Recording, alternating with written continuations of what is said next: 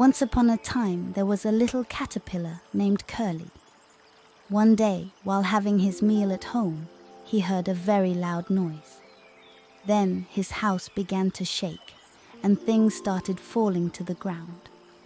Thinking it might be an earthquake, Curly crawled under the table.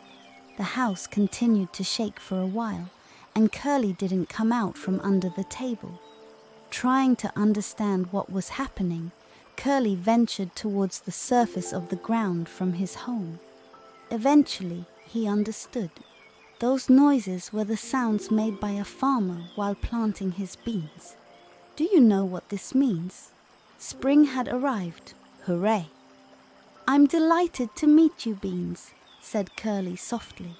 "I was scared when I heard your sounds, but now I understand that you're friends." The beans trembled with joy when they heard Curly's voice. "Yes, we're here because spring has come," they replied. "We're glad to meet you, Curly. Now you're also our friend. When we grow, we can lift you up to the sky." As the beans grew, Curly's desire to climb to the sky grew as well. At first, he was afraid of this idea, but then he found it very pleasing when he thought about it. Curly, who went to play with the beans every day, wanted them to tell him what they could see. He was happy trying to imagine what they described.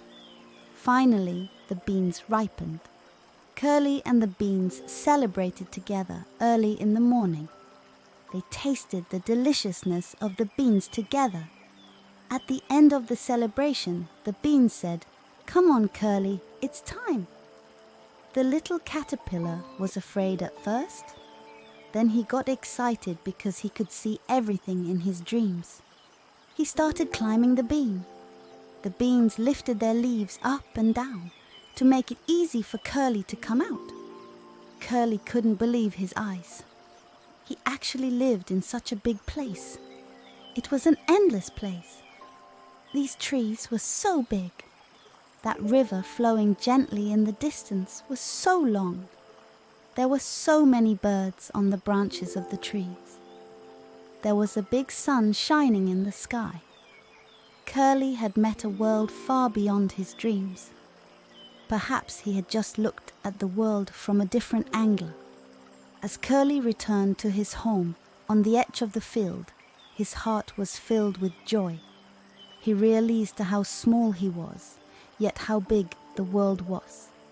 The true friendship with the beans had given Curly a whole new world.